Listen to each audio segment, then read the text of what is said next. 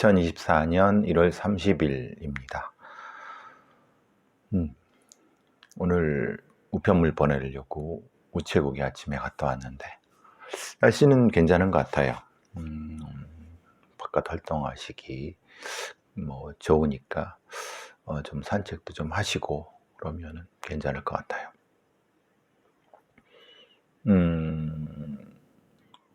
저는 오늘 원래 화요일은 다른 일정은 없고 보통 이제 내일 할 그 대본들 좀 정리하는 그 시간 나고 또 대본이나 소설도 쓰고 또 책도 쓰는 화요일은 조금 여유로운 시간이죠.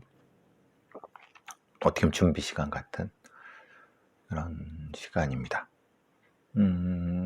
오늘 보니까 국민일보에 제가 늘 주장했던 그런 기사가 하나 나갔고 이 기사를 좀 소개하려고 합니다.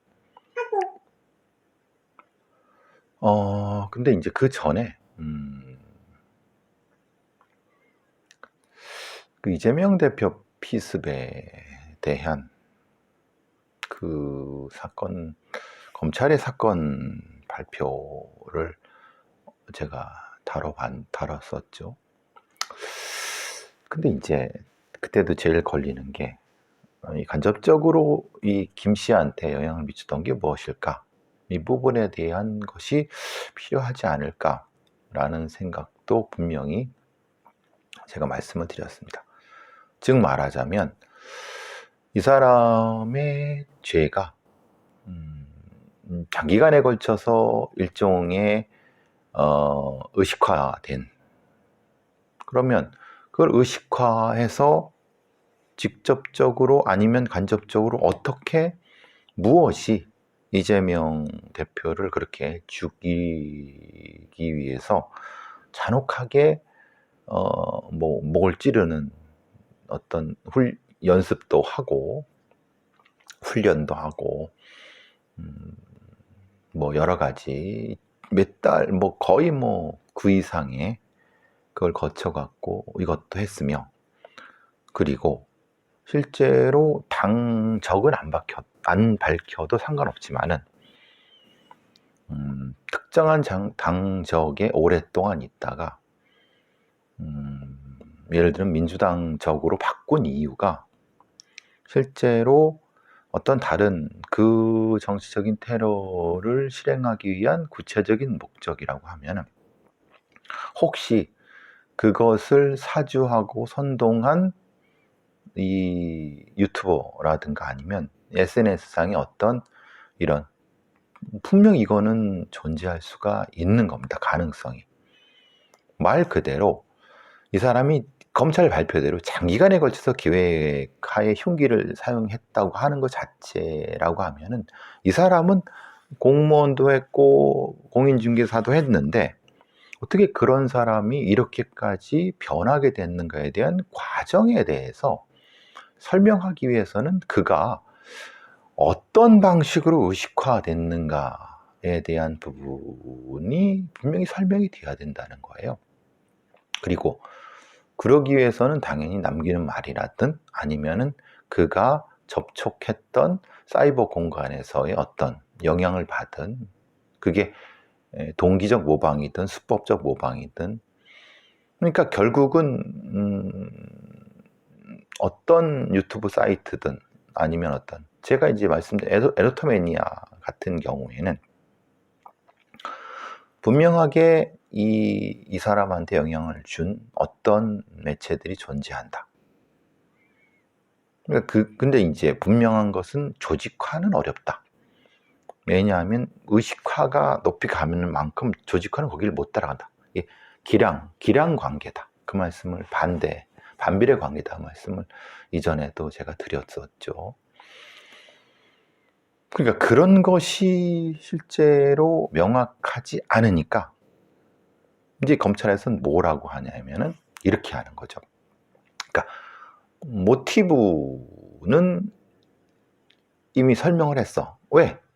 아니 이재명에 대한 어떤 뭐 반감, 뭐 종북 세력에 대한 반감 이런 건데, 그것을 구체화시켜서 인텐트가 뭐라고 설명을 하냐면, 검찰은 공인중개사도 잘 안 되고, 또 뭐 상당히 경제적으로 쪼달리고, 주식 투자 손실을 받고, 사무실인들이 연체됐고, 뭐 이혼이나 건강악화 같다. 그러니까 제가 계속 말씀드렸지 않습니까? 모티브와 인텐트를 구분하지 않고 그냥 대충 쓱 넘어가는 것이 결국은 검찰이라고 하는 애들의 수사 방식의 무능함을 표현하는 거고, 사실 경찰 애들도 똑같습니다. 그러니까 뭔가 실제의 그가 인텐트가 중요하죠. 모티브도 중요하지만 인텐트가 핵심적인 부분입니다.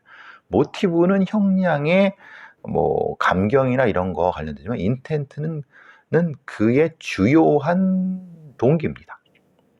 그것은 죄종과 관련이 있어요. 그러니까 우리는 거꾸로 알고 있는 거죠.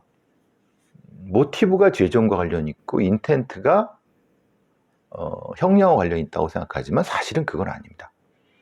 근데 그거를 경찰이나 수사를 하는 애들이 그렇게 일종의 써왔고 그냥 대충 후려치는 거죠. 그것에 대한 전문성이 없는 판사 애들이 그걸 또 대충 받아줬고 그걸 판결문에서 대충 썼기 때문에. 그렇지만 범죄를 접근하는 사람은 모티브와 인텐트를 명확히 구분을 해야 됩니다.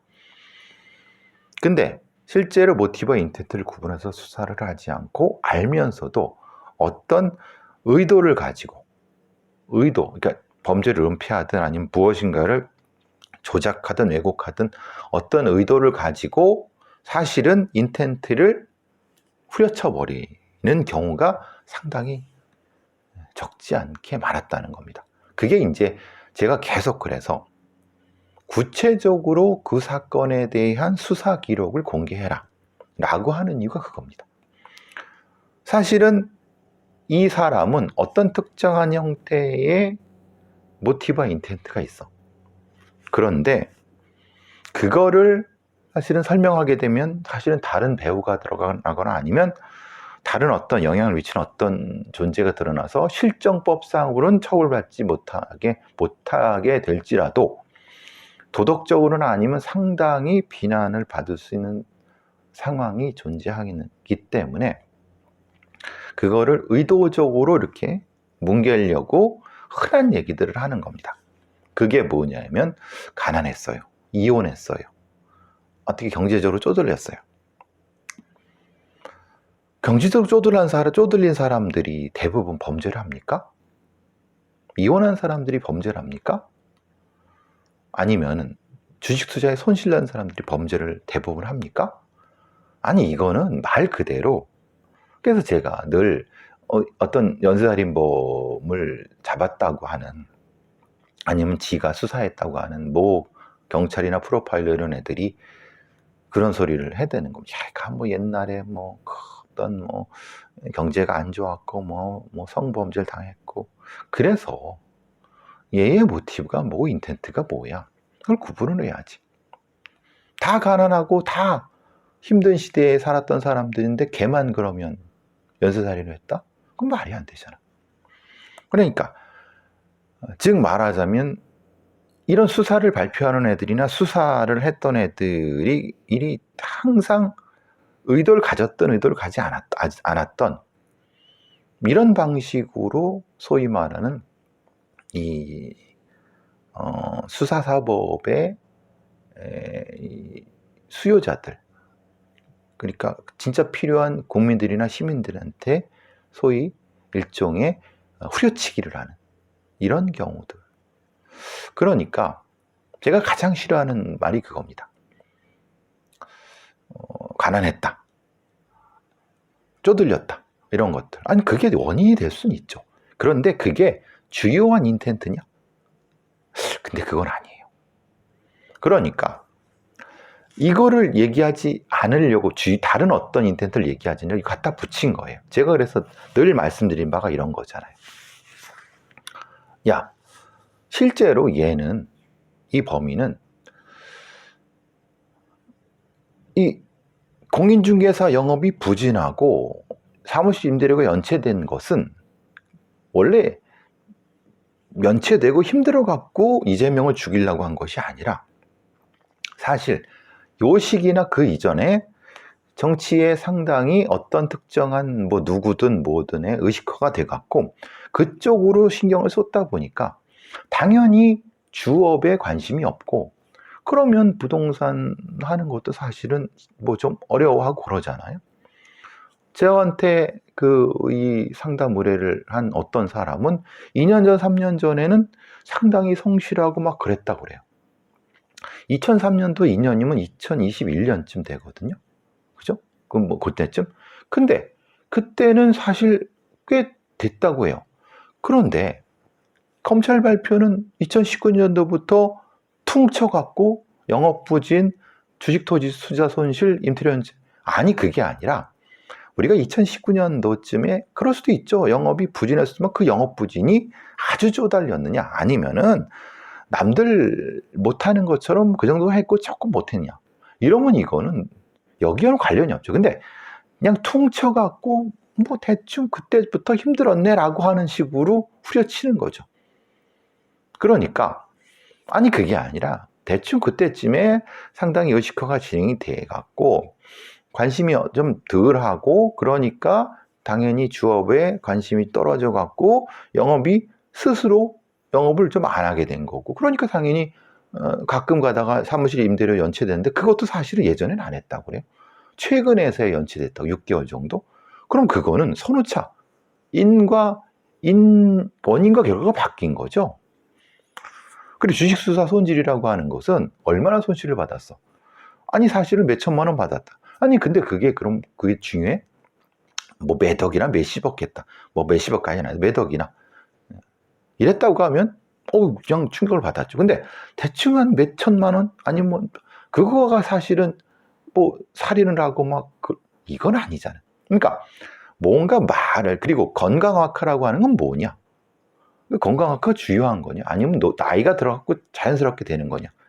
이혼이라고 하는 건 생각해보면 거기에 관심이 있으니까 정치에 관심이 있으니까 당연히 뭐 자기 부인한테 관심이 좀 떨어지니까 그러면서 이게 여러 가지 상황에 그러니까 이것을 구체적으로 그러니까 질과 양을 계기마다 그 맥락에 맞게끔 설명하지 않는 후려치는 요인은 그거는 인텐트가 아니에요.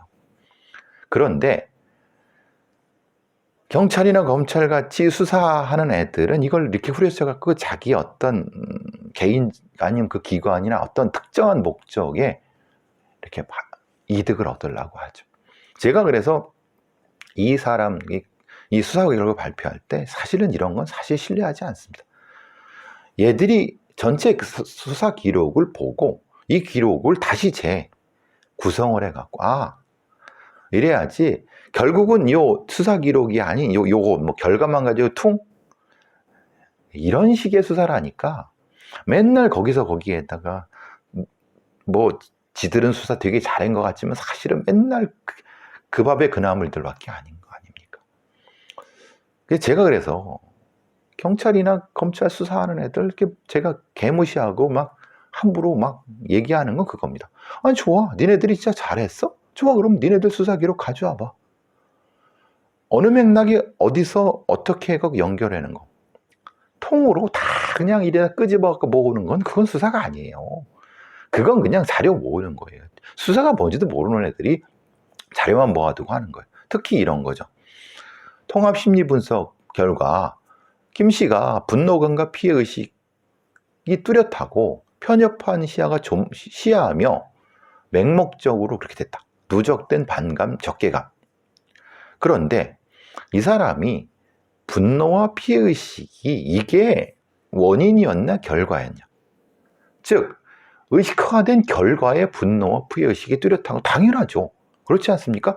분노와 피해의식이 강한 사람이 편협한 시각이 있고 맹목적인 건 그냥 같은 말을 반복하는 거예요. 한 얘기를 이 형용사 저 형용사 같이 붙이는 거예요. 그게 특정 정치인 이재명에 대해서 적개심, 그게 분노잖아요.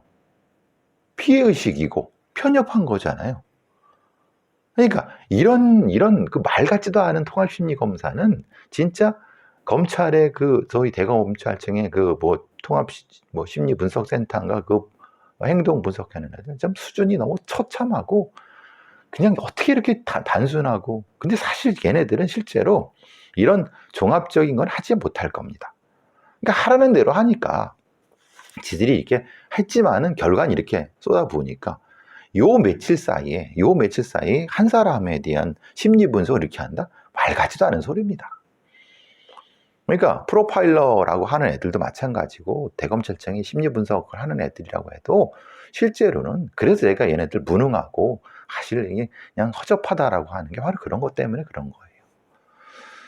이게 무슨 말인지를 이 수사하는 애들이 알면서도 모른 척하는 그런 거죠. 그래서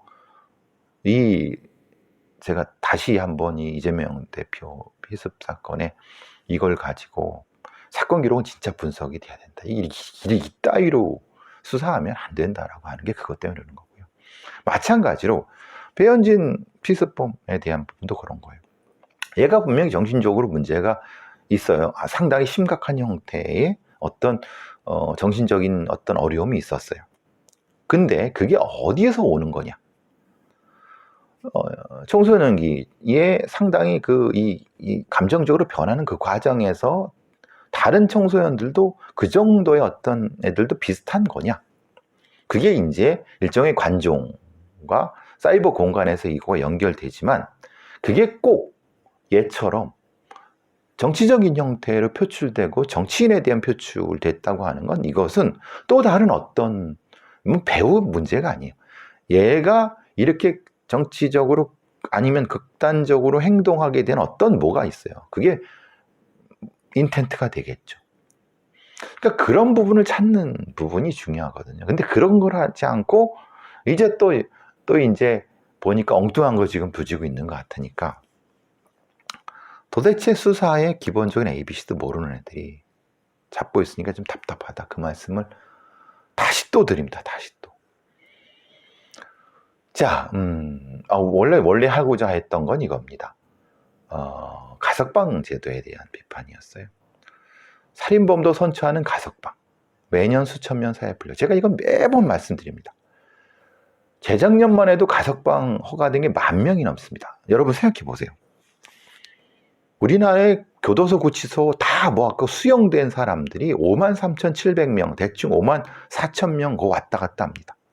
더 이상 늘릴 수도 없어요. 지금 청송 어디에 뭘 더 짓고 있다고 하지만 사실은 안양교도소 부분이 사실은 폐쇄가 되고 그게 사실이니까 대략적으로 거기서 더 많이 몇만 명이 늘어나진 않을 거예요. 대략 많아야 맥시멈 6만 정도. 근데 그 5만 몇천 명도 사실은 지금 있는 교도소의 과실이에요. 과다 수용이에요. 실제로 법정으로 한 사람당 공간을 줘야 되는 공간에 비해서는 사실은 많이 들어가 있는 거예요. 그러면은 이렇게 생각할 수 있는 거죠. 교도소를 더 줘야 되나? 더 주려고 하면 사실은 뭡니까? 예산이 더 들어가야 되죠. 예산 더 들어가려면 교도관도 더 뽑아야 되고 시설도 더 해야 되고 유지비도 더 들어가야 돼. 근데 그렇게 하기에는 실제로는 좀 부담이 돼. 그리고 어디 또 질 수도 없어. 그리고 도심에서의 교도소나 구치소 진단은 상당히 그 시민들이 반발도 많고 지역사회 님비 현상도 있고 그렇겠죠. 그러니까 결국은 기존에 있는 어떤 시설에서 매년 수용자는 들어오고, 그죠? 그리고 이게 사실은 불구속 재판의 불구속 수사가 원칙이라고 하지만 경찰이나 검찰 애들은 지들 수사 편의의 재판 편의를 위해서 일단은 구속시켜서 조져갖고 자백을 통해서 하는 이게 익숙하다 보니까 무조건 불구속 수사, 불구속 재판으로 때려버리는 거예요. 상당히 그래도 그것도 많이 줄어들었지만 그런데 정작 형량이 상당히 높은 애들이 매년 들어온다는 거예요. 근데 그만큼 나가질 않아. 그러면 결국은 어떻게 됩니까? 더 과밀해지죠. 그러니까 기본적으로 그 원칙은 그 교도소에 있어야 될 애들이 있고 있지 말아야 될 애들은 사실은 교도소에 보내면 안 되는 건데, 생각해 보세요. 10년 이상 오랫동안 뭐 5년 이상 오랫동안 있었던 애, 얘가 무기수든 어쨌든 장기수예요.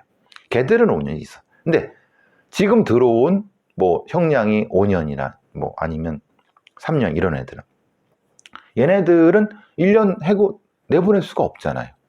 그럼 자연스럽게도 어떤 유혹을 받냐면은 법무부나 교정본부 같은 애들은 대부분 뭘 하려 됩니까? 어쨌든 오래 있던 애들은 얘들 빠꿈이 잘 알지 않습니까? 어떻게 해야지 교도관이나 가석방, 사실은 가석방, 교도소마다 가석방위원회가 있습니다. 그러니까 각 지역 교정본부마다 있다고 보는 게 맞겠죠. 거기에 그 가석방위원회를 구성하고 있는, 여러분 쇼생크 탈크를 보시면 그거 보지 말고, 얼마 전에 안양교도소에 그 뭐 교정위원 이렇게 했는데 사실은 걔가 국민의힘 뭐 당원이었어. 사실 그거 안 되는 거거든요. 그러니까 지들이 알아서, 법무부의 그 기득권을 가지고 있는 공무원 애들이 알아서 전직 교정 직원이건 뭐 전직 검사 출신이건 전직 판사 출신이건 자기네들 밥그릇을 같이 공유하고 있는, 아니면 그 자기네들의 이해관계를 잘 대변해주는 애들로 가석방위원회를 구성해 놓고 거기에 주요하게 간사라든가 이런 애가 들어갑니다. 교도소 뭐 사실은 보안과장 이런 애들이 들어가겠죠. 그럼 걔가 얘기하는 대로 대체로 다 풀어납니다. 왜냐? 걔가 발언권이 있지, 걔는 거기에 늘공이고, 거기에 다른 가석방위원들은 그냥 그 가석방위원회에 있으면은 뭐 당연히 경제적으로 아니면 뭐 지역사회에서 상당히 뭔가 있어 보이고 있고 사실은 혜택이 많잖아요. 그리고 그걸 가지고 또 다른 데서 뭘 할 수 있고, 명예직이라 하더라도 또 그리고 수당도 나오고 어느 정도까지. 그러니까 실제로 가석방위원이라고 하는 게 사실은 시민에 의해서 이렇게, 아니면 어떻게 구성되는지도 잘 모르고, 실제로 그 구성에 어떤 이 다른 형태의 요인들에 대해서 실제로 법무부라든가 교정본부 있는 애들과 무관하게 진짜 시민의 대표를 그러니까 거기서 이제 뽑아서 이렇게 하는 것이 아니라 자기네들이 알아서 하니까 교정본부의 입맛에 맞는, 그러니까 걔들은 누구냐? 실제로 그 교도관들한테 잘 보이고, 잘 보입니다. 왜냐면 교도소 생활 10년 이상 한 애들, 5년 이상 한 애들은 빠꾸미가 있어갖고 착할 보입니다. 사고도 안 칩니다. 근데 이 머릿속에는 분노가 쌓여있죠. 나가면 내가 뭐 할 거니까. 그리고 그 메커니즘 잘하는 애들은 들어가자마자 빵에 있는 게 다 교육이 돼갖고 잘 교육이 되니까, 그럼 이미 가석방은 이미 결정이 되는 거예요, 거기서. 그런 애들 사실은 뭐 굉장히 위험한 범죄자, 살인범 이런 애들도 실제로는 과밀화 되니까 거기서부터 나오는 거예요. 그러니까 사실은 걔는 그런 애들은 교도소에 있어야 되고, 그죠? 오랫동안. 그리고 실제로 사실 뭐 형량이 1년, 2년, 3년? 물론 어떻게 걔들도 사실 잘못을 했죠. 근데 꼭 걔들을 교도소에 넣어야 돼. 차라리 벌금형을 하든, 아니면 사회 내에서, 교도소가 아닌 사회 내에서 무엇인가 이른바 노동 같은 걸로 봉사하게 하든, 자원봉사를 하게 하든, 좀 몸이 힘들게 하든, 아니면 거기서 뭐 이제 이렇게 이런 다양한 형태의 사회적 참여를 통해서 교도소에 가지 않고도 자기를 반성하고 피해를 보상할 수 있는 내용이 많은데, 그렇게 되면 어떻게 됩니까? 교도소 체제의 기득권을 가지고 있는 교정 공무원들인 얘네들이랑 교정 공무원 위에 있는 애들, 이 시스템에 한 1년에 몇 조 이상씩 쓰고 연관된 그 시스템의 기득권을 가진 애들은 자기 권한이 줄어들 수밖에 없는 거예요. 그러니까 당연하게도 이게 계속 유지되는 거죠. 그러니까 나쁜 놈들, 진짜 교도소에 쓰는 놈들이 매년 나와요. 지금 더 심해졌습니다. 보시면 제 말이 아닙니다.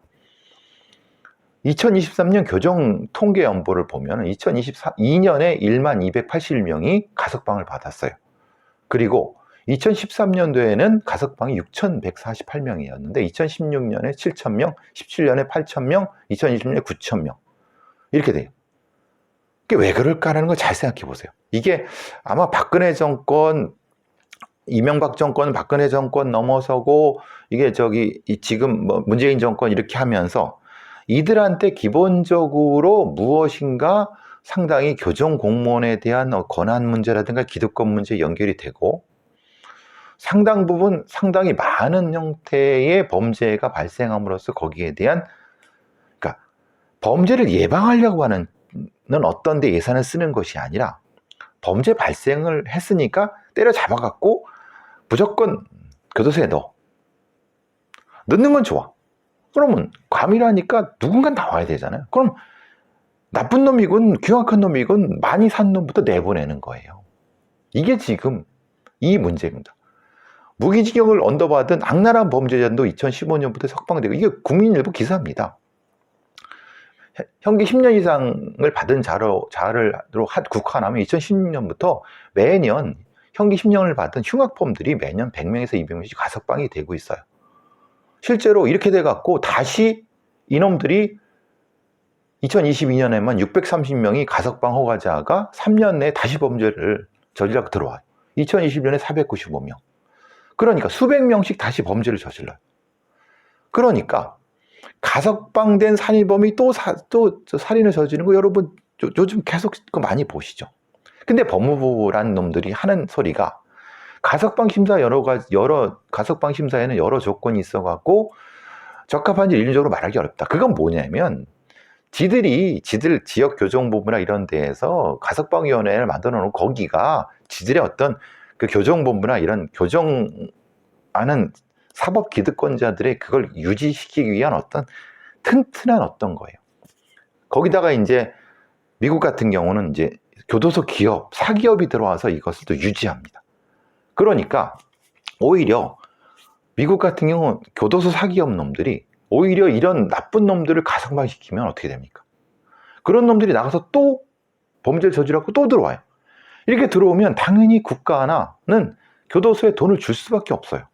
그런데 이들이 교정되기를 바랍니까? 안 되죠. 그러니까 교정 예산은 없고 유지 예산밖에 없는 거예요. 그러니까 더 조이는 거죠. 악순환이 된다는 겁니다. 그런데 이놈들이 그 법무부 놈들이 하는 말은 꼭 형기를 꼭 채우는 것만이 유일한 정의 집행 방식이 아니다라고 개소리를 떨지만 생각해 보세요. 그러면 그 자들이 어떤 기준으로 가석방 되는지에 대한 걸 공개. 이 사람이 진짜 정확히 판단을 해서 가석방 되는 거야? 누가 판단을 했어? 전문가가 한 거야? 그 전문가는 자격이 있는 거야? 자격도 없고 실제로 기준도 없고 그냥 내보내는 겁니다. 그래서 사회는 더 위험해져요. 사회가 더 위험해지면 법무부나 교정본부 놈들은 더 좋죠. 어차피 걔네들이 또 들어올 거니까. 세금을 쓸 거니까 세금이 더 투자되니까. 오히려 악순환이 악의 순환고리가 연결된다. 너무 심하게 얘기한 것 같지만요. 미국에서도 충분히 지금 반복되고 있는 겁니다. 미국은 더 많아요. 재수자가 220만이라고 그랬잖아요. 우리나라 7배라고 그랬잖아요, 제가. 이거 어떻게 합니까? 그래서 우리가 사법개혁 사법하지만 사실은 교정개혁이 필요하다. 시급히 교정개혁, 즉 범죄 예방 중심의 교정교육, 범죄 교정교화 중심의 그 교정 시스템으로 바꿔야 된다는 것이에요.